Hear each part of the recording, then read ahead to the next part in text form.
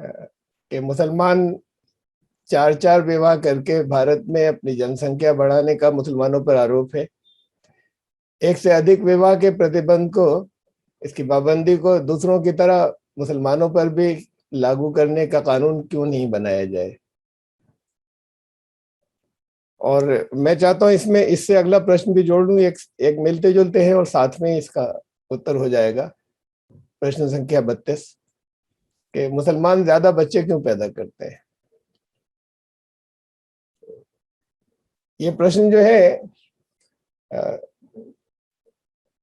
कि बहुत सी बातें जाहिर है कि हम सुनते रहते हैं, तरह तरह के बहुत से हमारे सामने बयान आते हैं, बहुत सी घटनाएं होती हैं, हमारे अपने मित्र हैं, उनसे बातचीत होती है। तो इनको मैंने कुछ, चाहे लिख एक आध बात उसमें न लिखी हो, लेकिन कुछ उसको मैंने ऐसे कर लिया है जिनके मैं उत्तर दूंगा या जिन हिस्सों को मैं कवर करना चाहूंगा इन दोनों प्रश्नों को मिलाकर, कि मुसलमानों की जनसंख्या दर में वृद्धि हिंदुओं के लिए आपत्तिजनक है। दूसरी बात यह कि मुसलमान चार चार विवाह करते हैं, अन्य धर्मों के अनुयायियों पर पाबंदी है। तीसरी चीज यह कि चार विवाह संख्या बढ़ाने का योजनाबद्ध तरीका है, इससे शीघ्र ही हिंदू अल्पसंख्यक हो जाएंगे। ये बात बाहर से सुनी भी है, बहुत आम है, और वो पहली बात योजनाबद्ध का इशारा इसमें है सवाल में, प्रश्न के अंदर। और अगला है जनसंख्या में वृद्धि। वृद्धि का वो गलत हो गया। जनसंख्या में वृद्धि देश की अर्थव्यवस्था में बाधक है। और फिर है कि अन्य धर्मानुयायियों के समान उनकी तरह मुसलमानों पर भी एक पत्नी का कानून लागू क्यों नहीं किया जाए। तो देखिए, ये जैसे मैं कह रहा था ना कि हम सुनते हैं और फिर कुछ चारों तरफ सुनते हैं। कुछ लोग वो हैं जो बहुत प्रोमिनेंट हैं, जैसे ये मोहन भागवत जी हैं आदरणीय, साध्वी प्राची और साक्षी महाराज जी। इन तीनों ने अलग अलग समय पर एक से ज्यादा बार ये बात कही कि हिंदू महिलाओं को अधिक बच्चे पैदा करने की सलाह दी उन्होंने। और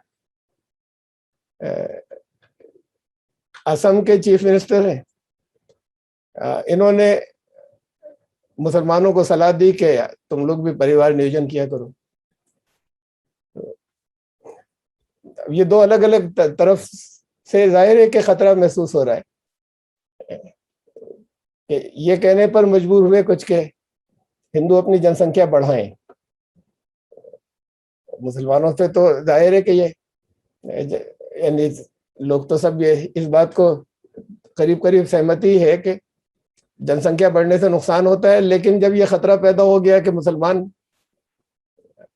हिंदुओं के बराबर आ जाएंगे, हिंदुओं से बढ़ जाएंगे जल्दी, तो फिर हिंदुओं को सुझाव देना हुआ और मुसलमानों को सुझाव ये दिया कि आप लोग जो है वो परिवार नियोजन उसमें पीछे क्यों है।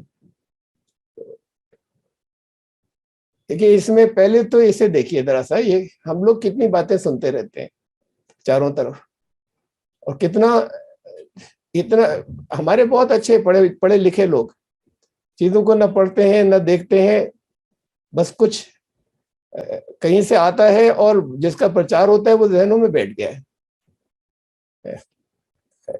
यहाँ पर हमारे यहाँ 1961 में, बस 1961 ही में सिर्फ ऐसा हुआ था कि उसके आधार पर, धर्म के आधार पर ये देखा गया था कि एक से ज्यादा पत्नियां जो है वो पॉलीगेमी कहते हैं इंग्लिश में, उसकी रिकरेंस या अकरेंस जो है वो किसके समुदाय में, धर्म समुदाय में कितनी है, उसमें मुसलमानों में सबसे कम निकली। ये 1961 की बात है, बात पुरानी हो गई। 1961 में ये 557% मुस्लिम थे। अब ये नीचे आप आदिवासी देख लीजिए, और अगर हिंदू माने उन्हें तो इसमें जोड़ लीजिएगा, हिंदू में न जोड़े तब भी मुसलमान सबसे कम है, 5.8%। 7.9% बुद्धिस्ट और 6.7% जैन। अब ये कहीं से मैंने तो नहीं गढ़ी है, तो ये तो सरकारी है। इसके बाद बहुत से सर्वे हुए, उसमें नहीं आया, सेंसस में नहीं आया, सेंसस में से इसे निकाल दिया गया। हालांकि हम बहुत उसका स्कोप बढ़ाते चले जा रहे हैं, बहुत चीजें, तरह तरह के डेटा जो है वो लेते हैं, सिर्फ इसको निकाल दिया गया कि लेकिन सरकारी सर्वे भी बहुत हुए और गैर सरकारी भी हुए। आज तक जितने हुए, ये उसे आप चाहिए, आप चाहें तो, और बल्कि करना चाहिए कि इसको इन्वेस्टिगेट कर लीजिए, कर सकते हैं सब लोग, कि जितने सरकारी और गैर सरकारी हुए उन सब में मुसलमानों की रिकरेंस या मुसलमानों का एक से ज्यादा पत्नी रखने की संख्या, मुसलमानों का प्रतिशत सबसे कम हमेशा रहा अब तक। इसमें देखिए, एक सर्वे जो है, हाँ, ये तो 1974 में हुआ, बिल्कुल ये करीब यही सेम परसेंटेज जो है उसके अंदर कोट की गई। मैंने इसमें लिंक दिया है जहां पर जाकर देख सकते हैं। और फिर इसमें उसको तो हटा दिया गया, आदिवासी को, उसमें ये शब्द लिखे गए कि अपर कास्ट हिंदू, खाली हिंदू मुस्लिम को कंपेयर किया था, हिंदुओं में उसे नहीं जोड़ा आदिवासी को। 5.8% ये 1974 का सर्वे है, और 5.8% अपर कास्ट हिंदू और 5.6% जो है वो मुसलमान, यानी जो एक से ज्यादा पत्नियां रखते हैं। ये एक से ज्यादा पत्नियां जो है ये उनकी गिनी गई जो जिनकी सचमुच है, वो नहीं जो किसी के साथ रह रहे हैं। वो तो बहुत बड़ी संख्या है कि जो अपनी पत्नियों के अलावा दूसरों के साथ में रह रही है। हमारे यहाँ लिव इन रिलेशनशिप कहते हैं, वो कानून ने उसकी इजाजत दी हुई, जो सचमुच पत्नी है।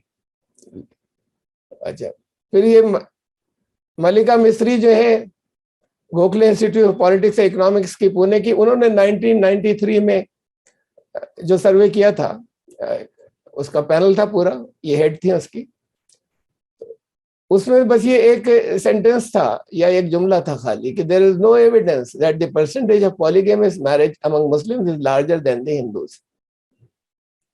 इनका ऐसा कोई प्रमाण नहीं मिलता कि हिंदुओं में भी पॉलीगेमी है, एक से ज्यादा पत्नियां। कितने मशहूर तो आप भी जानते होंगे ना, कि धर्मेंद्र है, ये जो फिल्म स्टार्स में है, या इस तरह के और अभी कुछ मंत्री हैं। एक मंत्री तो उन्होंने धर्म परिवर्तन ही कर लिया था, ये हरियाणा के जो डिप्टी चीफ मिनिस्टर थे, शादी करने के लिए किया था, तो इसलिए कि वो हिंदू थे और उनकी एक पत्नी थी, तो वो केस इसलिए मशहूर हो गया था।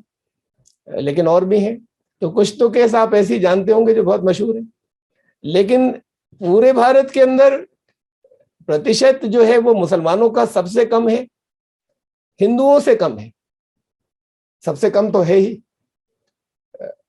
ये मुझे लगता है कि शायद ओवरवेलमिंग मेजॉरिटी को इसका आभास नहीं होगा। हमारे सामने चीजें आती रहती हैं, सुनते रहते हैं, लगातार सुनते रहते हैं, लगातार सुनते रहते हैं, 10 साल से, 20 साल से, 40 साल से सुनते चले आ रहे हैं, तो बस उसे ही सच मानते हैं। सुनी हुई बात को, उसे वेरीफाई कोई नहीं करता। अब आजकल तो बहुत ही आसान हो गया वेरीफाई करना। पहले कहां से सर्वे रिपोर्ट निकालेंगे, कहां जाएंगे, कैसे मिलेगी, ऐसे कोई बिकती तो है नहीं बाजार में। अब तो वो सारी चीजें आप खट से निकाल सकते हैं।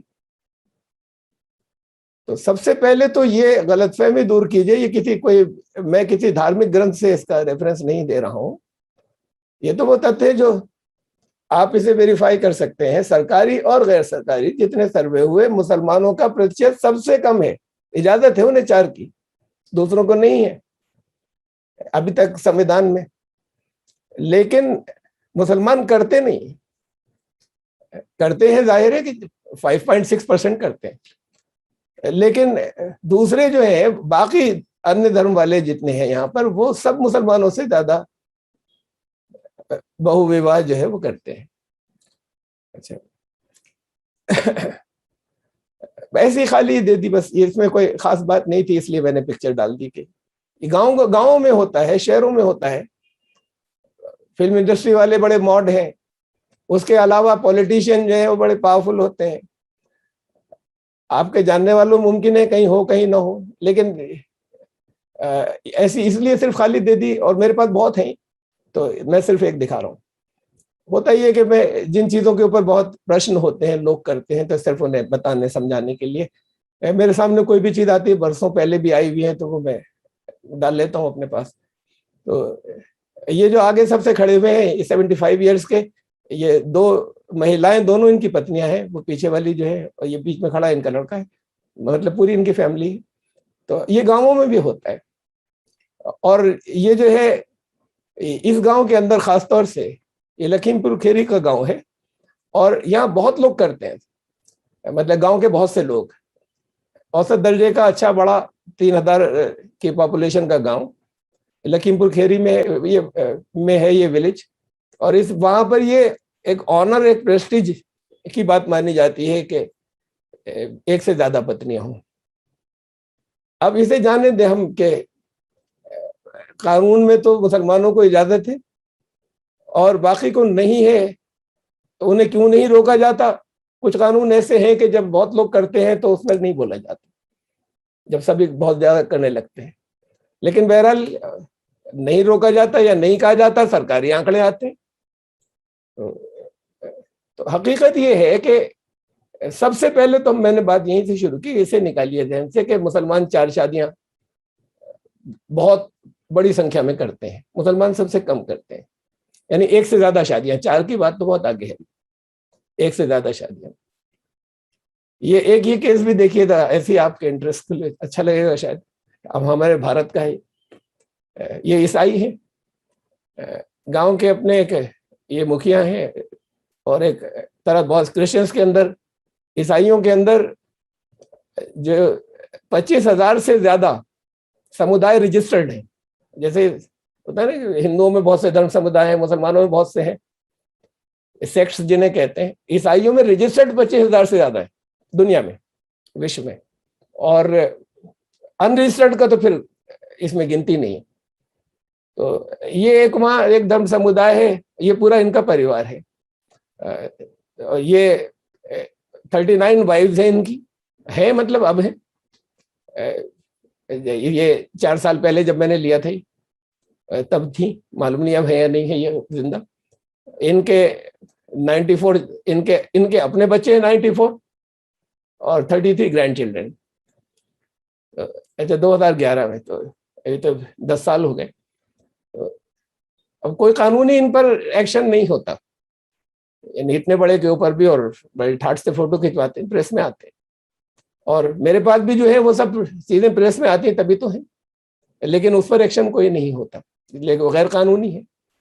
मैं नहीं कह रहा होना चाहिए, लेकिन मैं तो सिर्फ ये बता रहा हूँ कि चूंकि नहीं होता इसलिए लोगों के संज्ञान में नहीं आता, और शायद खबरों को जो और होती हैं उसमें से मिस कर देते हैं, या शायद खबरें ही कम आती होंगी। अच्छा, कुरान की एक मैं पहले ये रख देता हूँ आयत। अभी तो इन्होंने, ऋषभ राज जी ने इस सवाल से संबंधित भी और चंद और सवालों से संबंधित भी कई चीजें बता दी मुझे, और हवाले भी मुझे दे दिए। तो बहरहाल ये आभार उनका। और ये कुरान शरीफ के अंदर जहाँ एक जगह 4 की सीमा का जिक्र है, वो ये आयत है, सूरा नंबर 4 है और आयत नंबर 3। वइन खिफ्तुम अल्ला तुक़सितू फिल यतामा फनकिहू मा ताबा लकुम मिन निसाइ मसना सलासा रुबा। ये कंडीशनल है एक, यहाँ पर ये नहीं कहा गया कि, यानी इसे हम परमिशन भी नहीं कह सकते, यहाँ तो आदेश है कि करो, कुछ खास परिस्थितियों में, विशेष परिस्थितियों में। जैसे ऐसा हुआ था कि उधर 17th सेंचुरी में जंग के थे वहां जर्मनी के अंदर, वहां पर ये लॉ एक बना, जर्मनी के भी न्यूरम्बर्ग के अंदर, वहां पर ये एक लॉ जो है उनकी पार्लियामेंट ने पास किया कि ईसाई जो है वो, इसलिए कि वो न्यूरम्बर्ग के अंदर वो कम हो गए थे, संख्या जंग में बहुत कम हो गई थी मर्दों की। तो कानून ये पास किया उन्होंने कि हर एक 10-10 विवाह करे ताकि उनको प्रोटेक्शन मिले। वो जो महिलाएं बढ़ गई हैं और जहां जंग होती है वहां भुखमरी भी आती है, अर्थव्यवस्था तो फिर वो उधर उधर निकल जाती है प्रोस्टिट्यूशन की तरफ, व्यभिचार की तरफ। तो उसको रोकने के लिए उन्होंने अपने जो धर्म में कानून था उसके खिलाफ ये था। और फिर ये जो दूसरा महायुद्ध था, सेकेंड वर्ल्ड वॉर, उसके बाद पोप से ऑर्डर आया। लेकिन तब ये हुआ था फ्रांस के अंदर तो बहुत बुरी हालत हुई थी, जर्मनी ने जब हमला किया था तो और जीत लिया था। तो और वहां पर भी ये था कि पैसे नहीं थे लोगों के पास, इंडस्ट्री सारी खत्म हो गई थी, रोजगार सारा खत्म हो गया था, तो सब भूखे मर रहे थे। तो वेश्यावृत्ति बहुत बढ़ गई है, सारी औरतें इसी में लग गई थी कि जहां से कुछ पैसे मिल जाए। तो फिर ये चर्च से ऑर्डर आया कि उन्होंने भी 10 की बात कही थी कि 10-10 लेडीज को प्रोटेक्शन दें, जो लोग भी दे सकते हैं, और उनको अपने। तो ये मैंने इसलिए बताया कि ऐसे हालात आते हैं कि जहां पर लोग जो है वो असहाय हो जाए, चाहे वो बच्चे हों चाहे वो महिलाएं हों। तो कुरान ने कहा था कि अगर बच्चे हैं उनको सहारा देना, और तुम समझ रहे हो कि समाज में सुरक्षित नहीं रहेंगे, तुम लोग नहीं उनको सुरक्षित कर सकोगे, सुरक्षा नहीं दे सकोगे, तो फिर उनकी माओं से, जो विधवा हैं, उनसे निकाह करो। और या औरतें हैं ऐसी हालत के अंदर, ऐसी दशा के अंदर, तो उन औरतों से, चाहे वो लड़कियां हो चाहे वो विधवा हो, उनके 2, 3, 4 तक उनसे। लेकिन फिर आगे ये भी कहा, साथ में ये शर्त लगाई कि ये ऐसे नहीं होगा कि तरस खा के तुमने किया तो, लेकिन अगर उनके साथ समान व्यवहार करना होगा, इंसाफ करना होगा, न्याय। अगर न्याय नहीं कर सको तो रहने देना। तो यहां पर क्या है, इजाजत नहीं है, एक तरह का, कम से कम हम आदेश नहीं कहें तो रिकमेंडेशन है, स्ट्रॉन्ग रिकमेंडेशन कि करना चाहिए ऐसे ऐसे हालात के अंदर। ये जनरल के लिए कोई बात नहीं है, कुरान में कहीं नहीं है किसी जगह। तो ये अकेले आए थे जहां पर ये जिक्र है 4 तक का। लेकिन ये 4 की परमिशन जो इस्लाम में आती है वो ऐसे है कि यहाँ कितनी चीजें, कस्टम्स जो चले आ रहे थे बहुत से दूसरे धर्मों से। अभी इन्होंने, ऋषभ ने तो एक पराशर स्मृति का एक रेफरेंस भी दे दिया। महाभारत के अनुशासन पर्व के अंदर तो बहुत लंबा है वो प्रकरण, जो उसके अंदर भीष्म जी ने जो जगह जगह कि ये, और फिर उसमें मनुस्मृति में भी है, इन्होंने भी शायद एक रेफरेंस भी दिया, मनुस्मृति में 4 जगह है कि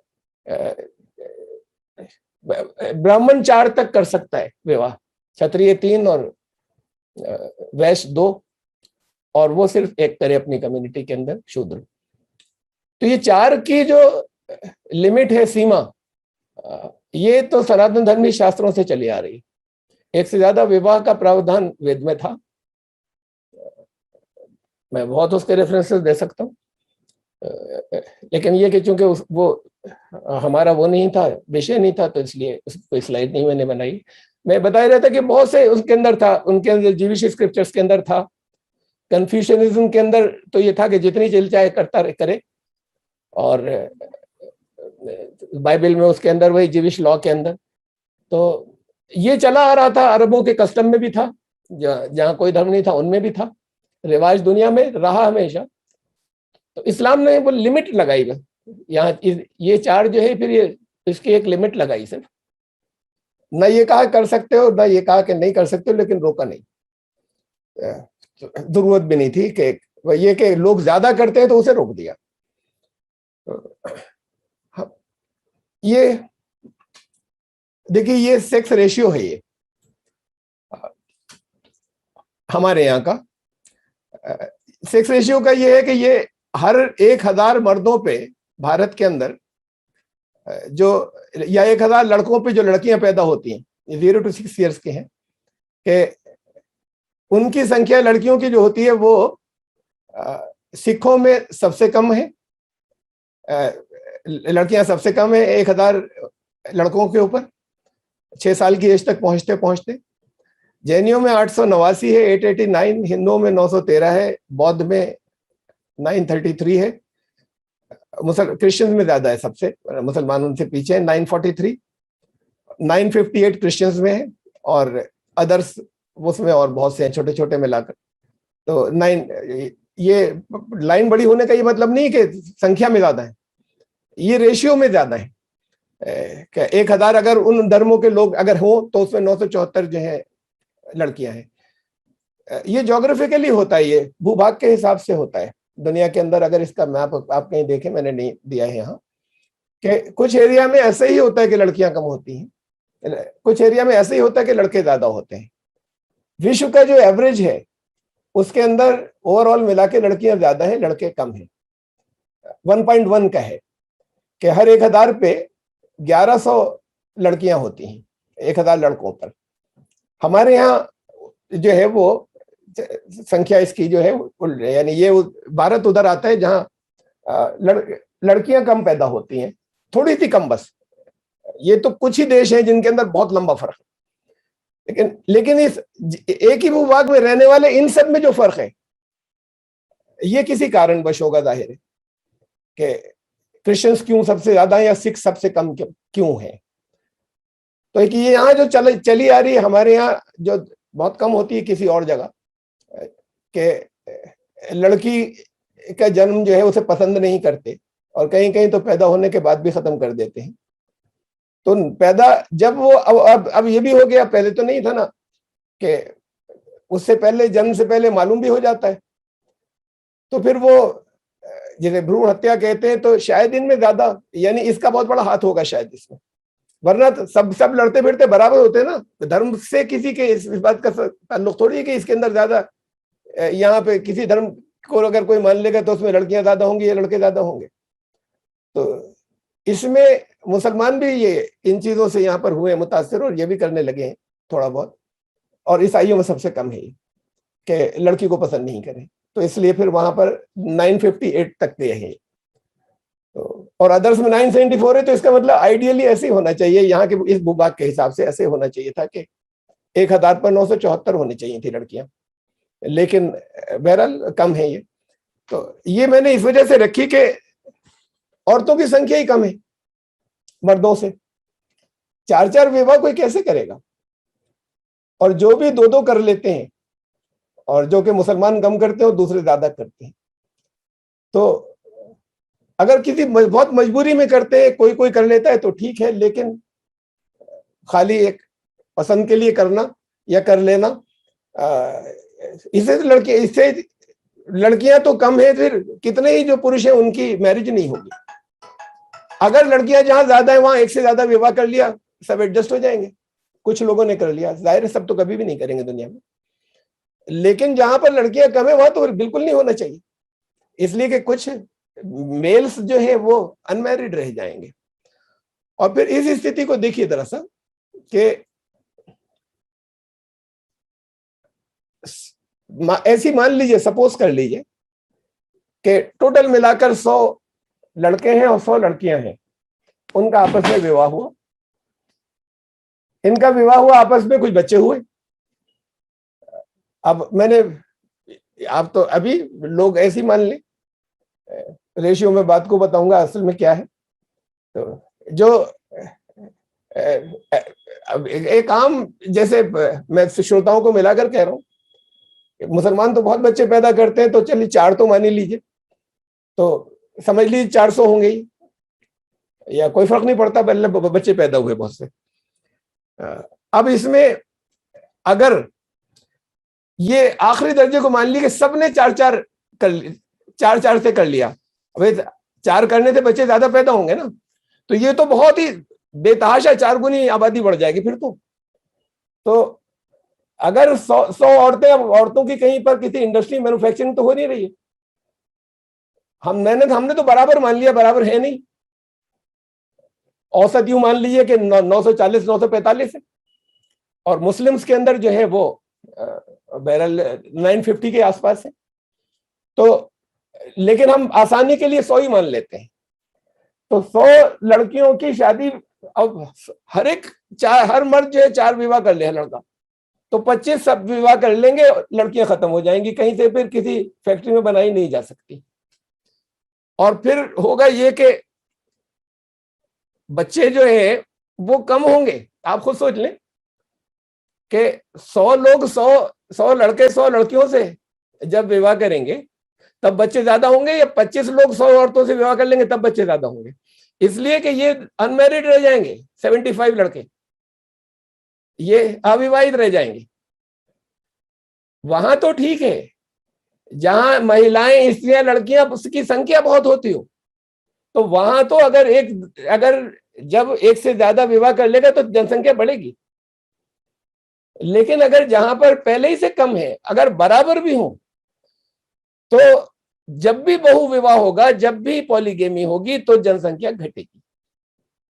ये इतनी सिंपल कैलकुलेशन है, इतनी कॉमन सेंस की बात है, इसे क्यों नहीं सोचते लोग? ये दिमाग में लाने वाले कि मुसलमान तो सब ये करते हैं और इससे जनसंख्या बढ़ा रहे हैं, योजनाबद्ध तरीके से बढ़ा रहे हैं ताकि हिंदू घट जाए। तो अगर बढ़ा रहे हैं तो इस बात को सुन लीजिए कि जब ये तो सरकारी आंकड़े भी बता रहे हैं कि पॉलीगेमी हिंदुओं में थोड़ी सी सही, ये थोड़ी परसेंटेज से कुछ फर्क पड़ता होगा, थोड़ी सी हिंदुओं में ज्यादा है मुसलमानों से। अभी हम खाली हिंदू मुस्लिम को ले रहे हैं, तो थोड़ी सी हिंदुओं में ज्यादा है। तो एक कारण, तो बहुत से और कारणों में से एक कारण ये भी है हिंदुओं की जनसंख्या कम होने का। होंगे तो बहुत से ना, जब भी पॉलीगेमी होगी और औरतों की संख्या, और तो लड़कों लड़कियों की संख्या बराबर होगी या लड़कियों की कम होगी जिस जगह, तो वहां जब भी पॉलीगेमी होगी, एक पत्नी से ज्यादा होंगी, जनसंख्या कम होगी, बच्चे कम पैदा होंगे। तो ये बड़ी सिंपल सी बातें हैं, क्यों ज़हनों में नहीं आती? चारों तरफ एक प्रोपेगेंडा चलता है, और इतना चलता है कि हमारे जीनियस जो लोग हैं वो भी नहीं सोचते। और ये आता है कि बिल्कुल ऊपर की बात कि जब 4 से कोई कर लेगा तो बच्चे ज्यादा पैदा होंगे ना, 4 से कर लेगा तो बच्चे कम पैदा होंगे। तो अब आगे चले हम, यानी अभी फिर इसको मैं ये जुमला भी बोल दूं साथ में, जहां मैंने हिंदुओं के लिए बोला वो मुसलमानों के लिए बोलूं कि चूंकि ग्राउंड रियलिटी ये है, जमीनी वास्तविकता चूंकि ये है कि थोड़ी से सही ज्यादा परसेंटेज मुसलमानों की जो पॉलीगेमी की थोड़ी कम है हिंदुओं से, तो वो जो और बहुत से कारण भी हैं या होंगे, जरूर होंगे और हैं, उनमें से एक ये भी है मुसलमानों की जनसंख्या ज्यादा होने का कि इनके यहाँ ये हिंदुओं से कम है पॉलीगेमी। ये नेशनल फैमिली हेल्थ सर्वे हमारे यहाँ होता रहता है, वो सेंसस में तो आना बंद हो गया, लेकिन ये सरकार कराती रहती है। एनएफएचएस 4 तक की रिपोर्ट है हमारे पास, 2015-16 में हुआ था। एनएफएचएस 5 भी अभी हुआ है, लेकिन पूरे देश का नहीं हुआ, इसलिए मैंने उसकी फिगर नहीं ली। अभी 17 प्रदेशों का हुआ है, वो 14 का बाकी है, तो अब वो शायद साल भर में पूरा हो, तो फिर सबके आंकड़े नहीं आएंगे, इसलिए उसे मैंने रहने दिया। आंकड़े यहीं तक का लिया है, 2015-16 तक की जो हमारे पास, यूं समझ ली कि एक तरीके से सरकारी है जो फिगर्स होंगी हमारे पास। तो मुसलमानों की आपको बड़ी अजीब बात ये भी सुनने में लगेगी, मुसलमानों की जनसंख्या की बढ़ोतरी की दर निरंतर तेजी से घट रही है, कम नहीं बल्कि तेजी से घट रही है। निरंतर गलत लिखा हुआ है, अच्छा है। तो यानी ये नहीं कि वो दर है ज्यादा हिंदुओं से बढ़ने की, लेकिन दर जितनी थी उसके अंदर जो डिफरेंस आ रहा है वो बहुत तेज है, सबसे तेज, बाकी सबसे तेज है। असम में, और अब करीब करीब बराबर आ गया हिंदुओं के, ज्यादा है मुसलमानों का भी, यानी दर बढ़ने का, लेकिन इतनी तेजी से घट रही, करीब करीब बराबर आ गया। ये सरकारी बात है, सरकारी रिकॉर्ड की बातें बता रहा हूं। बढ़ोतरी की दर असम का हुआ, अभी ये मैं उसकी बात, इसमें तो इतना नहीं था, ये 2015-16 की रिपोर्ट में। एनएफएचएस 5 की जो रिपोर्ट है उसमें असम भी है, तो असम में तो फिर मुसलमान बहुत है ना, और बाहर से भी आते रहते हैं, तो असम के अंदर बहुत तेजी से घटी है, यानी मुसलमानों की जनसंख्या बढ़ोतरी की जो दर थी उससे बहुत ज्यादा गिरावट आई है, तेज। केरला में भी बहुत गिरावट आई है, वहां केरला में मुसलमान ज्यादा है, यानी ज्यादा से मतलब अच्छी संख्या में है दोनों जगह, 30% से ऊपर। फर्टिलिटी रेट होता है, औरतों के कितने बच्चे पैदा होते हैं, ये आप वहां से देख लीजिए इसके फिगर्स, ये भी सब ये उसी की फिगर्स है, उसी से आई है। अभी जो आपको हम बताया कि हेल्थ सर्वे, तो ये होता रहा लगातार। ये जितने हुए अभी तक, ये NFHS 1, 2, 3 और 4 इनकी रिपोर्ट मैंने दी है। ये सब ऑथेंटिक रिपोर्ट्स है और आपको मिल जाएंगी कहीं भी, आपको किसी लिंक की भी जरूरत नहीं है। भाई ये जो कुछ आपको सामने लिखा ये डालिए आप, तो आपको मिल जाएंगे।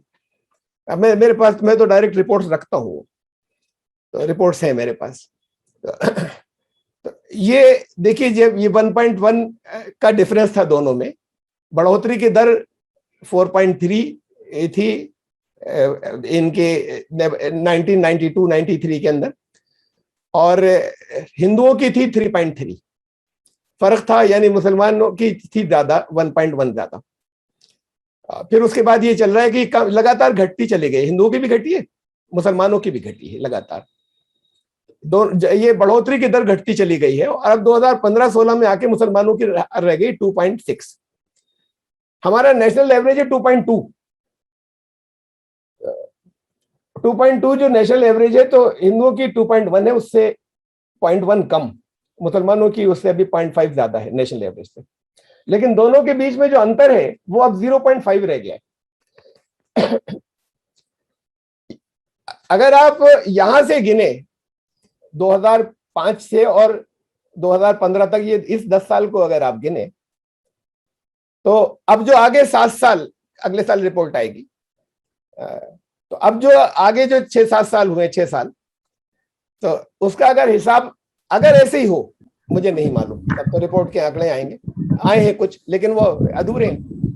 तो घट तो दोनों की रही है, आगे भी घटी है। अगर इस रेट से घटे जो घटी है पिछले 10 साल के अंदर, तो करीब करीब बराबर आ जाएगी बढ़ोतरी की दर हिंदुओं की और मुसलमानों की। तो वो सारी बातें जो है कि थोड़े दिनों में ये जनसंख्या बढ़ा रहे हैं, योजनाबद्ध तरीके पर बढ़ा रहे हैं, और ये भी एक जिहाद है, और इससे हिंदुओं को खतरा है, हिंदू जो है वो अल्पसंख्यक हो जाएंगे। होता क्या है असल में, जो और कुछ आंकड़े भी रख दिए जाते हैं ना, लोग देख लेते हैं कि हैं ये सच्चे, 1960 से दिखाते हैं, पहली जो सेंसस हुआ था, मुसलमानों का पीक, ये बढ़ने का पीक आया था 1981 वाले सेंसस, यानी बड़ी तेजी के साथ वो बढ़ने का पीक था। अभी घट रही है ना, बढ़ोतरी की दर घट रही है, नहीं मुसलमान तो बढ़ रहे हैं, हिंदू भी बढ़ रहे हैं संख्या में, ये दर घट रही है। ये पीक था 1981 में, जब 1960 से लेंगे बहुत तेजी से बढ़ी। अलग अलग कारण थे, मैं उसमें नहीं जा रहा। हिंदुओं के लिए वो अच्छा हुआ था, देश के लिए अच्छा हुआ था, बुरा हुआ तो उसे भी जाने दीजिए। बात तो अब की है ना कि आगे खतरा नहीं बन जाए, आगे हिंदुओं से ज्यादा ना हो जाए, अब की है। तो अब जहां से ये हमारा सर्वे शुरू हुआ है, वहां से देख लीजिए, वहीं से मैंने लिए हैं, ये सेंसस से नहीं लिए फिगर्स। तो अब इस वक्त तो तकरीबन बराबर आ गई, पता नहीं आगे घट जाए।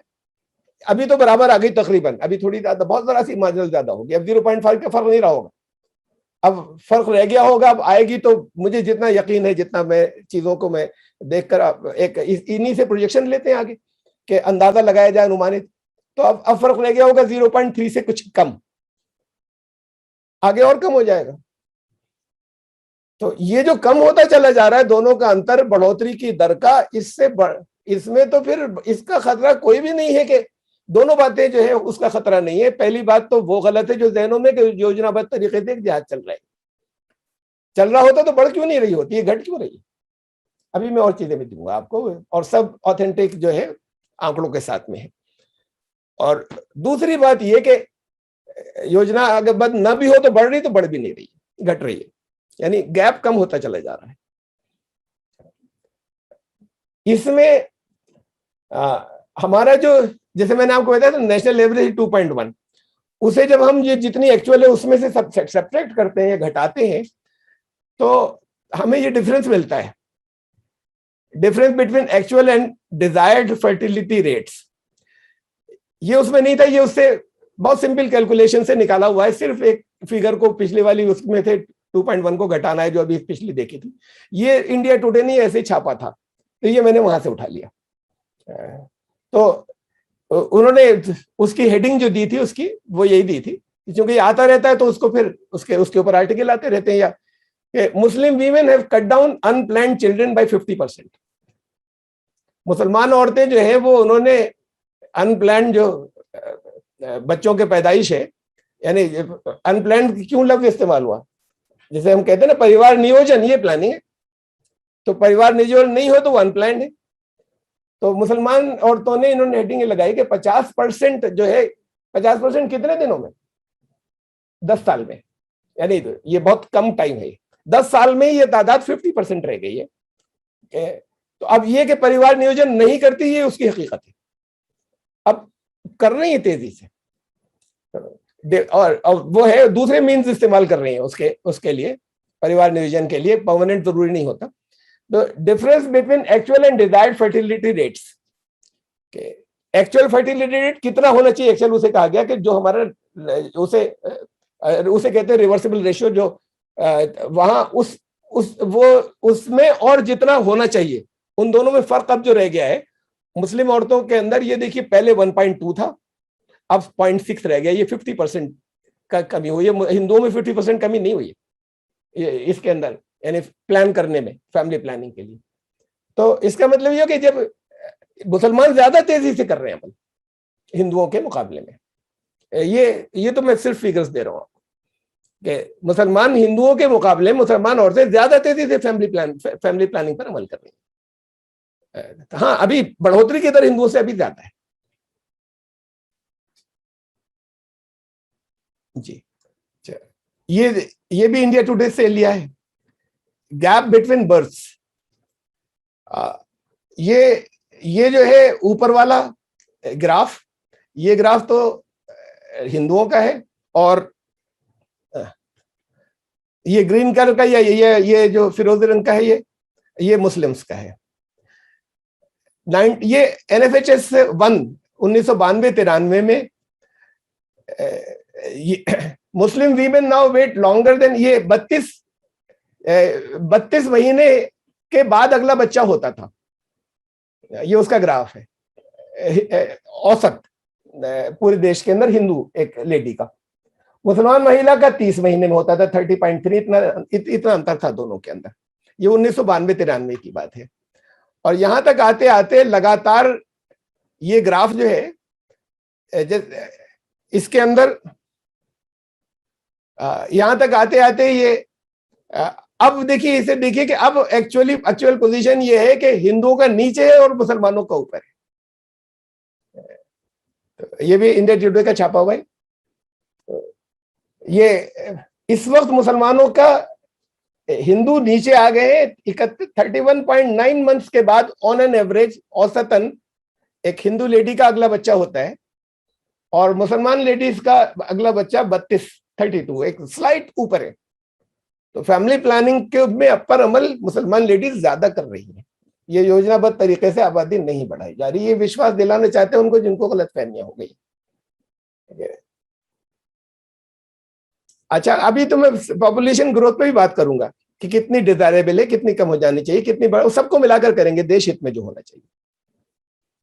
अभी सिर्फ मैं इसकी पोजीशन बता रहा हूं जो एक्चुअल पोजीशन है, जो गलतफहमियां मुसलमानों की के बारे में। होता यह है कि अभी भी रेट या दर मुसलमानों की ज्यादा है, पहले तो बहुत थी लेकिन अब भी हिंदुओं से ज्यादा है। तो दो चीजें होती हैं उसमें से, ये पहली है एजुकेशन, ये पूरी दुनिया में ऐसी होता है। तो ये भी आंकड़े जो है ये हमारे सब उसी के NFHS की रिपोर्ट्स के हैं कि एजुकेशन जो है वो अगर जितनी भी शिक्षा का स्तर बढ़ता जाता है उतना फर्टिलिटी रेट घटता है औरतों का, यानी वो देर में बच्चे पैदा होते हैं, वो फैमिली प्लानिंग का यूज करती हैं। जो बिल्कुल कभी नहीं कि बेपढ़ी लिखी रह जाए, कोई नो स्कूलिंग, वो 20%, और ये तकरीबन बराबर है दोनों जब ये आए लेस देन 5 ईयर। जिन्होंने 5 से 7 साल ही पढ़ाई की वो 20% से ज्यादा था, बढ़ी है, अब थोड़ा सा और बढ़ी 8-9 ईयर्स। जिन्होंने 10-11 साल पढ़ाई की वो करीब 22%, और ये करीब 22 ईयर्स की एज में, और 12वीं और 12वीं से आगे जिनकी एजुकेशन निकली वो लगभग यूं समझ लीजिए कि 26 या 27 ईयर्स की एज में मैरिज करती हैं। तो एजुकेशन जितनी बढ़ती चली जाती है, मुसलमानों में एजुकेशन कम है, हिंदुओं से कम है, सबसे कम है मुस्लिम्स के अंदर। तो ये भी एक कारण है, इसमें योजना की बात नहीं है, एजुकेशन कम है। जहां हिंदू लेडीज की एजुकेशन जितनी जहां कम है, उनके बच्चे ज्यादा होते हैं। और मैं आपको बताऊं पाकिस्तान में चूंकि हमारा हिंदू संगठनों से हमारा तालमेल है, आप लोगों में से शायद किसी का नहीं होगा, हमारी डायरेक्ट रिलेशनशिप है वहां के हिंदू संगठनों से। और वहां पर कोई चीज होती है, अभी मंदिर की बात हुई थी, मुझे नहीं मालूम भारत में किसी एक ने वो सरकारी एहतिजाज उन्होंने किया, वो करना था जो फॉरेन ऑफिस ने किया कि उनके एम्बेसडर या हाई कमिश्नर को बुलाकर उन्होंने प्रोटेस्ट नोट दे दिया। मैंने उनके लिए एक बहुत ही सख्त लेख लिखा है, पब्लिक के लिए लिखा, इसलिए कि सरकार ने तो अगले दिन से मंदिर बनवाना शुरू कर दिया और फॉरेन एक्शन लिया, उसी दिन उन लोगों को अरेस्ट किया जो भी किया। लेकिन और ये इट वाज वेरी क्विक। तो सोचा ये था कि उनको हम कंडेम करेंगे, मैंने ये कहा था ना, हम करते थे, एम्बेसी को भेजते थे प्रोटेस्ट नोट, लेकिन फिर वो उन्होंने इतना कोई एक्शन लिया कि उनको कंडेम कर। पब्लिक का जो दीवानगी है और उनके उनको क्यों किया, कैसी ज़हनियत उनकी बनाई गई है। पब्लिक के नाम एक ओपन लेटर लिखा है जो वहां के बहुत से अखबारों को भेजा, मुझे नहीं मालूम कितनों में छपा कितनों में नहीं छपा, ईमेल से मैंने भेज दिया, बहुत सख्त है। उसके अंदर आइडिया ऑफ पाकिस्तान के बारे में भी कहा गया है कि वो गलत था, या और भी बातें हैं, क्या क्या कहा है कि कुरान क्या कहता है, इस्लाम क्या कहता है, तुम लोग क्या कर रहे हो, क्यों सारी दुनिया में बदनाम करते हो और अपना पाप कमाते हो, तुम्हें हिसाब देना पड़ेगा इसका। तो खैर, तो यहाँ एजुकेशन जो है ये मुस्लिम्स में कम है। और जहां जहां मैं ये बता रहा था कि उनके बच्चे बहुत होते हैं, यानी मेरा अभी 1.5 साल पहले 2 साल पहले एक किसी हिंदू लड़की को ले गया और उसने मतलब उसको कन्वर्ट करके निकाह कर दिया। तो हमने यहाँ से प्रोटेस्ट भेजा था, हमने वहां पे कांटेक्ट किया, वहां की ह्यूमन राइट्स उनको ऑर्गेनाइजेशंस को भी हमने कांटेक्ट किया था। तो फिर वो जिस फैमिली की थी, बड़े गरीब घर की थी वो, तो उस फैमिली के अंदर 10 बच्चे थे। मालूम ये हो कि उस गांव के अंदर सब गरीब हिंदू रहते हैं और उसके अंदर सबकी पोजीशन, किसी के 8, किसी के 7, किसी के 10। तो जहां गरीबी ज्यादा होगी, जहां पर वहां पर बच्चे ज्यादा होते हैं, फर्टिलिटी रेट ज्यादा होता है। मुसलमानों में एजुकेशन कम है, तो एक रीजन, एक कारण ये है।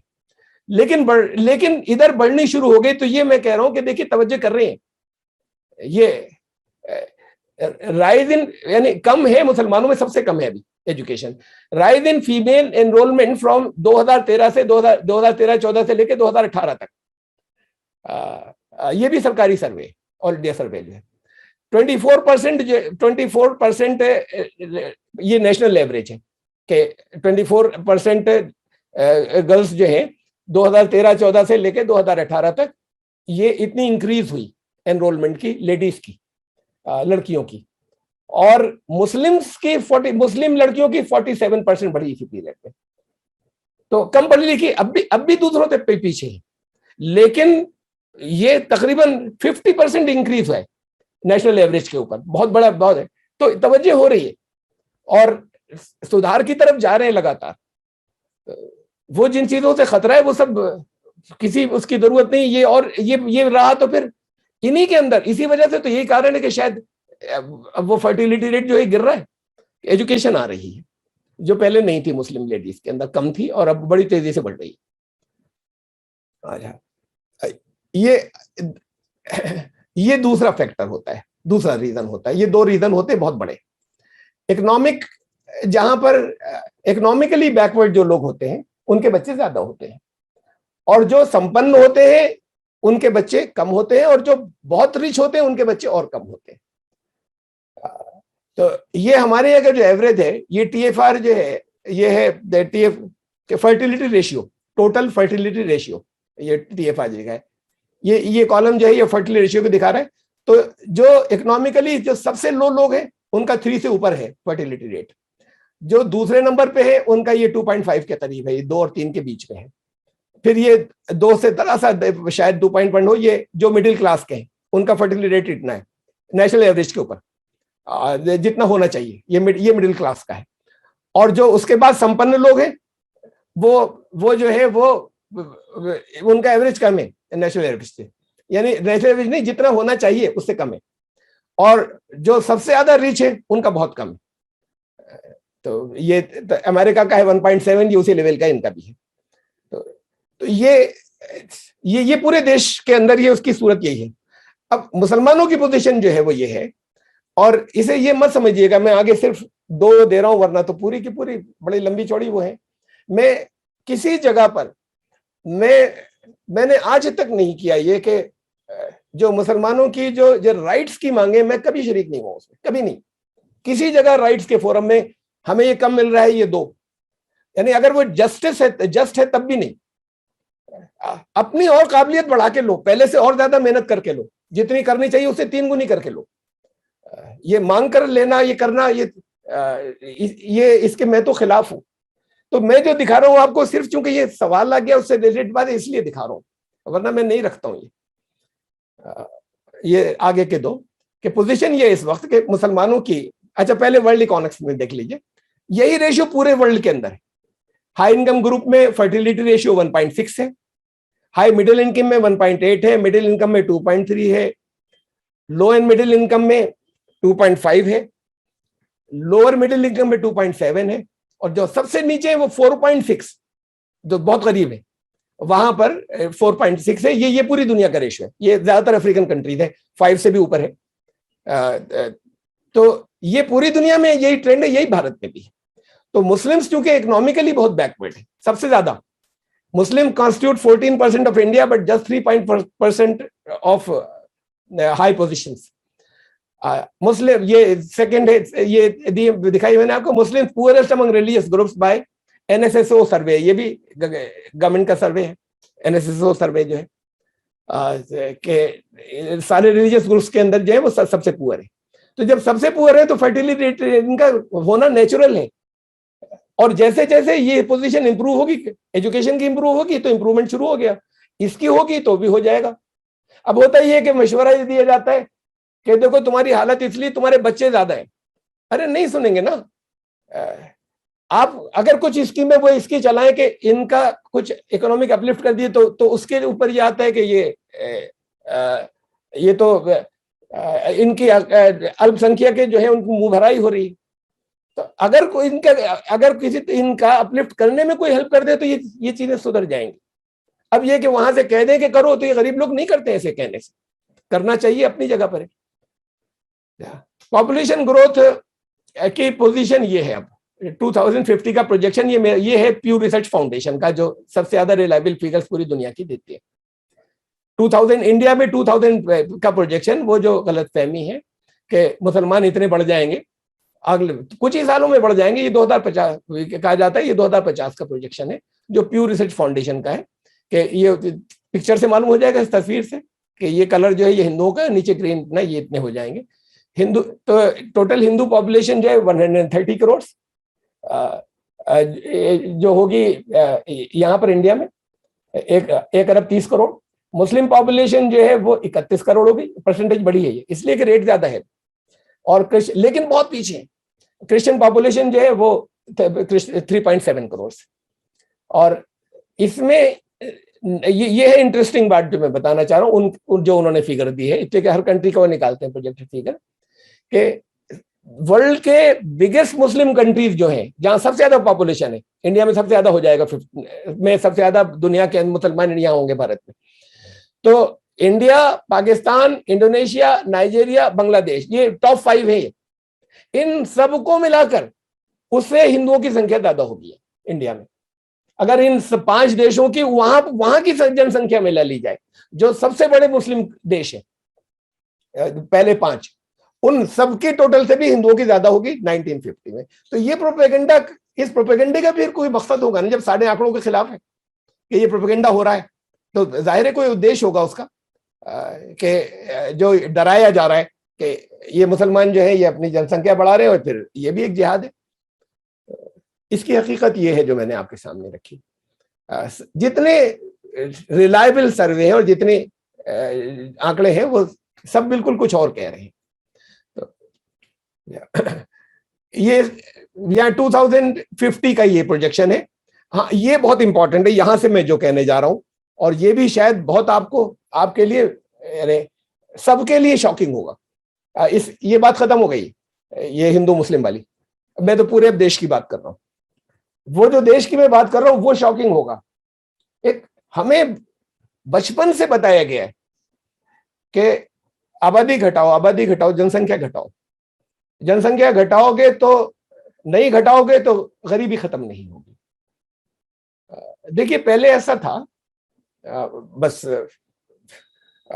बिल्कुल नई बात है, बहुत जरा सा कोई बहुत ज्यादा दिमाग नहीं लगाना है, लेकिन ऐसे ही है कि बड़ी सिंपल सिंपल सी कुछ बातें मैंने पहले कही।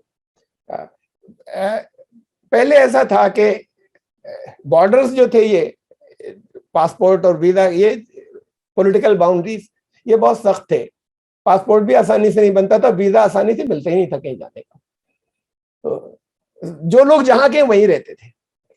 ऐसे में जिन देशों के अंदर आबादी ज्यादा थी और वो देश गरीब भी साथ में हो, तो वहां वाकई परेशानियां थी, और जितनी आबादी बढ़ जाए उतनी कुछ ज्यादा परेशानियां थी। ये एक अलग बात है, वो बिल्कुल एक फिर दूसरी इशू है कि हमारी जितनी रिसोर्सेज है उसका मिसयूज होता है, हमारे जो संसाधन है उनका मिसयूज होता है, वरना कोई शॉर्टेज नहीं होती, उसे जाने दें। आबादी बढ़ेगी, अभी प्रोडक्शन हम बढ़ा नहीं पा रहे, गरीब मुल्क, तो उससे ऐसा होगा कि अर्थव्यवस्था खराब होगी, आर्थिक स्थिति खराब होगी। ये सबको मालूम था, वहां तक ठीक था। अब ऐसा हुआ कि इंडस्ट्रियलाइजेशन के बाद ये इस पर वो भी अमल कर रहे थे जो वेस्टर्न कंट्री थे, फिर उनके कल्चर बन गया इंडस्ट्रियलाइज्ड नेशंस के अंदर, जो शर्म हया ये सारी चीजें जो है, बेशर्मी जो है वो आम हो गई। फिर वहां ये सेक्स संभोग ये सब कुछ, इसके अंदर बड़ी स्वतंत्रता आजादी हो गई। बच्चे पैदा करने औरतें खुद ही नहीं चाहती थी कि उनकी दिलचस्पी में क्या इतने दिन तकलीफें उठाएंगी। अब उसके बाद ये भी हुआ था जिनके बच्चे कम होने चाहिए, उन्होंने कम किए थे। तो जब ये वर्ल्ड वार के बाद जब वहां पर उनकी अर्थव्यवस्था बहुत बिगड़ गई और वहां फाके होने लगे, बुरी हालत हो गई, तो यूएसए ने जितना सपोर्ट किया उसी से तो वो अमीर हो गए। तो इन्होंने उन दिनों के अंदर जब ये उससे निकले हैं, जब उभरे, तो फिर लेबर नहीं थी उनके पास। दोबारा से जब इंडस्ट्रियलाइजेशन शुरू किया, अपनी इंडस्ट्री को उन्होंने संभाला, तो उनके पास लेबर बहुत शॉर्टेज हो गई। तो फिर पहली दफा उन्होंने लेबर डिमांड करके ली गरीब मुल्कों से, कुछ अफ्रीका से ली, बांग्लादेश से ली, हमारे यहाँ से भी गए, दूसरे देशों से, ये जिसे थर्ड वर्ल्ड कहलाती थी जो, तो इन्होंने इंडस्ट्रियलाइज्ड नेशंस ने वहां से फिर लेबर ली। लेबर जानी शुरू हुई तो कुछ उनके घर में संपन्नता आई, वो वहां से कुछ पैसे बेचते थे, जो अपने घर पे मिलते थे उससे उन्हें वहां पे ज्यादा मिलते थे। ये सिलसिला चलता रहा, इसके अंदर 1-2 दशक गुजरे। वहां तो आदत पड़ गई थी उनको, सबके नेगेटिव रेट है, जो रिवर्सिबल रेशियो जो कहलाता है, यानी जितना होना चाहिए कि बस आबादी उतरी रहेगी वरना घटती चली जाएगी। अब आबादी घट रही है उनकी, तब भी घट रही थी, आज भी घट रही है। तो बड़ी अलार्मिंग सिचुएशन हो गई। इससे होता क्या है, नेगेटिव जब ग्रोथ रेट आता है, नेगेटिव का मतलब माइनस में नहीं, अगर किसी के यहाँ 1.7 है तो ये यानी 2.1 से जितना कम है तो ये नेगेटिव ग्रोथ रेट है कि इससे आबादी कम होनी शुरू हो जाएगी। अगर 2.1 से कम है तो कहीं 1.5 है, कहीं पर 1.7 है, तो ये अलार्मिंग सिचुएशन हो गई। इससे एक चीज और होती है, तरक्की की थी तो लाइफ एक्सपेक्टेंसी बढ़ गई, यानी लोग जो बीमारियों से जल्दी मर जाते थे, एज ज्यादा होने लगी। मर कम रहे और इधर पैदा होने कम हो गए, तो बूढ़े बढ़ने शुरू हो गए, बूढ़ों की आबादी हो गई सारी, युवक खत्म होते चले जा रहे हैं, इसलिए क्या आ नहीं रहे। अब प्रॉब्लम खड़ी हुई, इससे आगे जब 20 साल के बाद प्रॉब्लम खड़ी हुई मैनेजरियल जॉब्स के लिए, एग्जीक्यूटिव जॉब्स के लिए। तो फिर एग्जीक्यूटिव जॉब्स के लिए उन्होंने रास्ते खोले, खुद बुलाया, उन्होंने एनरोल करना शुरू किया, एनलिस्ट करना शुरू किया, जगह जगह से उनको एम्प्लॉयमेंट देना शुरू किया इन थर्ड वर्ल्ड कंट्रीज को जो गरीब थे। अब ये गए वहां पर बहुत ऊंची ऊंची पोजीशंस, पहले कम, उसके बाद फिर और हायर अप, अब वहां बड़ी ऊंची ऊंची पोजीशंस के ऊपर। अब बड़े डिलेमा में है, अब कहते कभी तो ये होता है कि ये हमारे ऊपर कब्जा नहीं कर ले, ये बढ़ नहीं जाए, कभी ये होता है कि ये चले जाएंगे तो हम क्या करेंगे। इसलिए कि उनके पास हैंड्स नहीं है, उनके बूढ़े बढ़ते चले जा रहे हैं। तो यहाँ की इकोनॉमी हमारी जो जितनी जैसी इंप्रूव हुई, और बहुत से और देशों की, इंडोनेशिया की, श्रीलंका की, बहुत से और, उसमें मेजर कंट्रीब्यूशन जो उसको पुश देने का है वो इसका है कि जो रेमिटेंसेस होती हैं, जो जाने के बाद वहां से जो अपने घरों को पैसे भेजते हैं, उसकी बेस उन्होंने बनाई, उसके बाद फिर तरक्की अपनी अपनी की लोगों ने। तो ये इनका जो इकोनॉमिक लेवल है ये बढ़ना शुरू हुआ। यानी बॉर्डर थोड़े लूज हुए, जो पॉलिटिकल बॉर्डर्स थे।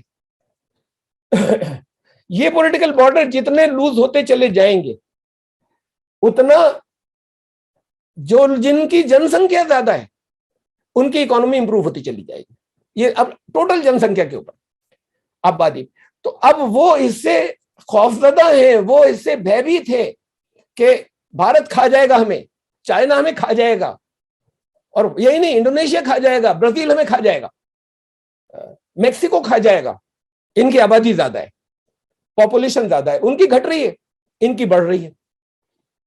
उन्होंने ये इसके लिए मजबूर किया, और इनकी गवर्नमेंट्स को मजबूर किया कि तुम अपनी फैमिली प्लानिंग करो, पर अमल करवाओ, अपनी आबादी कम करो। और फिर इसको हमारी गवर्नमेंट को, और ये इन सारे कंट्रीज की गवर्नमेंट को मानना पड़ा, और इन्होंने अपने ये सब प्रचार किया कि पॉपुलेशन कम करो। पॉपुलेशन कम करना, जब वो आर्टिफिशियल बॉर्डर जब जरा से भी पोरस हो जाए और इससे ज्यादा रिलैक्स हो जाएंगे, तब तो बिल्कुल वाकई हम लोग, हमारा ही कब्जा होगा। लेकिन जरा से भी पोरस हो जाए तो जिनकी पॉपुलेशन ज्यादा है उनकी दुनिया पर हुकूमत होगी। इससे वो डरते हैं, इसलिए वो उन्होंने ये प्रोपेगेंडा किया। बच्चा बच्चा हमारा भाई यही जानता है, ये इसलिए कि हम यही सुनते चले आए ना, पॉपुलेशन कम करो, अपनी जनसंख्या कम करो, जनसंख्या घटाओ। मैं मुसलमानों की बात नहीं कर रहा, कम हो रही है, हिंदुओं को बढ़ानी चाहिए वाकई, और मुसलमानों को भी बढ़ानी चाहिए, ये पूरे देश को बढ़ानी चाहिए। इसलिए नहीं कि मुसलमान बढ़ जाएंगे इसलिए बढ़ानी चाहिए, इसलिए कि देश हित में। चाइना ने बढ़ानी शुरू कर दी, पहले 1 बाय नॉर्म उन्होंने रखा था, नॉर्म उन्होंने रखा था, अब 2 कर दिया, अब 2 से आगे जा रहे हैं, इसलिए कि वो डरने लगे। उनकी अभी दुनिया में इस वक्त बड़ी आबादी के देशों में भारत में सबसे ज्यादा यूथ है, मोर देन 50% हमारे यहाँ अंडर 30 है। ये दुनिया में अकेला देश है बड़े देशों के अंदर, बड़ी संख्या जिनकी आबादी ज्यादा है। हमारी पोजीशन सबसे ऊपर है, सुप्रीम, हम इससे नीचे गिर जाएंगे। चाइना में के अंदर बूढ़े, तो चाइना तो जबरदस्ती करके करवा लेगा, लेकिन जहां इतनी जबरदस्ती नहीं की जाती, वो 5 साल में ट्रेंड बदल देगा जबरदस्ती करके कि नहीं बच्चे पैदा करने होंगे। ये सारे कंट्रीज जो है इस वक्त 56 कंट्रीज अपने यहां इंसेंटिव्स दे रहे हैं, आबादी बढ़ाओ, बच्चे का खर्चा हम उठाएंगे पूरी जिंदगी, फॉर लाइफ हम उठाएंगे, अगला बच्चा जब पैदा करोगे तो इस तरह के इंसेंटिव्स जो है वो उनको दिए जा रहे हैं लोगों को, और लोग नहीं बढ़ा रहे। इन इंसेंटिव्स के बाद भी अब उनको आदत पड़ गई औरतों की, किस झमेले में पड़ेंगे। तो इन सारे इंसेंटिव्स के बाद अब औरतें इसके लिए, सिर्फ दुनिया के मैंने 2-3 कंट्रीज का ट्रेंड देखा, वो ग्राफ सारे मैंने सारे कंट्रीज के देखे, सिर्फ इजराइल को देखा, उनकी गिरी थी, ग्राफ नीचे गिरा था, और उसके बाद जरा सा फ्लैट होकर पिछले 10 साल से ज्यादा से बढ़ रहा है। और कितना है जानते हैं, 3 पर है, तब बढ़ रहा है ग्राफ उनका, वो अपनी बढ़ा रहे हैं 3 से ऊपर। उन्हें मालूम है कि हमारे हैंड ज्यादा होने चाहिए, जिसके हैंड ज्यादा होंगे वो रूल करेगा। तो ये दूसरे लोग नहीं समझ रहे, वो नहीं हुए प्रेशराइज। हम इसे समझें कि पॉपुलेशन घटाना किसी की नहीं, न हिंदू की न मुसलमान, अब हिंदू मुस्लिम तो छोड़ ही दें, ये तो सारी बातें जो है हम मिलकर, एक हमें साथ में मिलकर तरक्की करनी है, साथ में मिलकर ये सतयुग दल जो है ये आगे चलेगा, सतयुग लाना है, एक दूसरे के साथ में सहयोग देना है, एक दूसरे के दुख दर्द में शरीक होना है, गलतफहमियां दूर करनी है। जनसंख्या कम होना देश हित में नहीं है। ये आपने अचानक सुना होगा तो कुछ दिल को नहीं लगेगा, खाली मेरे विचार मान लीजिए कि मैंने कहा था, बस उसे गौर बात को कर लीजिएगा। अचानक इतनी कोई चीज आती है तो डाइजेस्ट भी नहीं होती। कि ये वो सब जो अपने यहाँ इंसेंटिव दे रहे हैं, लगातार कोशिश कर रहे हैं, अब भी यहाँ पर प्रेशर डाले चले जा रहे हैं कि अपनी जनसंख्या कम करो, इसलिए कि हमसे डरते हैं। चाइना ने बढ़ानी शुरू कर दी वापस। हम आज भी फैमिली प्लानिंग की बात कर रहे हैं, पहले करते थे, किसी हद तक ठीक थी, असल में तो तब भी नहीं, थोड़े दिन तकलीफें उठाते, लेकिन जितने हमारे यूथ और कुछ ज्यादा होते और वाकई वो दुनिया आगे उनकी होगी। मैं आंकड़े दिखाता हूँ, अभी तो खाली आपको मैंने जबानी तकरीर कर दी थी, भाषण दे दिया है, या कोई लॉजिक थी जो मेरी चल रही थी, अचानक लॉजिक समझ में भी नहीं आती चाहे सही हो। मैं आपको आंकड़े दिखाऊं, इनके बड़े रिलायबल माने जाते हैं आगे के प्रोजेक्शन जो है स्टैंडर्ड चार्टर्ड के फ्यूचर प्रोजेक्शंस जो है। ये इसके अंदर अभी मैं ये पॉपुलेशन की बात है कि ये गलत दिया पर जी, हमारी इसे देखिए पहले, ये स्टैंडर्ड चार्टर का नहीं है, ये तो आम बात है, बिगेस्ट इकोनॉमी। हाँ, ये इकोनॉमिक फिगर स्टैंडर्ड चार्टर की है, और ये लार्जेस्ट पॉपुलेशन ये तो हर जगह से देख सकते हैं। नंबर 1 चाइना की है इस समय, इस वक्त की population. Number 2 India, number 3 USA, number 4 Indonesia. 2030 का जो प्रोजेक्शन है स्टैंडर्ड चार्टर का, 2030 तक चाइना की इकोनॉमी दुनिया में नंबर 1, नंबर 2 इंडिया की होगी, यूएसए पीछे जाएगा। ये तो मैंने तब कहा था जब ये अफगानिस्तान से निकले थे कि इनका डिसइंटीग्रेशन स्टार्ट हो गया, वो उसके और बहुत दलीलें दी थी दूसरी, लेकिन ये इससे वो हो रहा है, सिंक हो रहा है कि इनकी आबादी नंबर 3 पे, तो ये नंबर 3 पर रहेंगे। इंडोनेशिया नंबर 4 पर आएगा, सब जर्मनी और यूरोप और अमेरिका इन सबको छोड़ता हुआ, इसलिए क्या आबादी उसकी नंबर 4 पर है।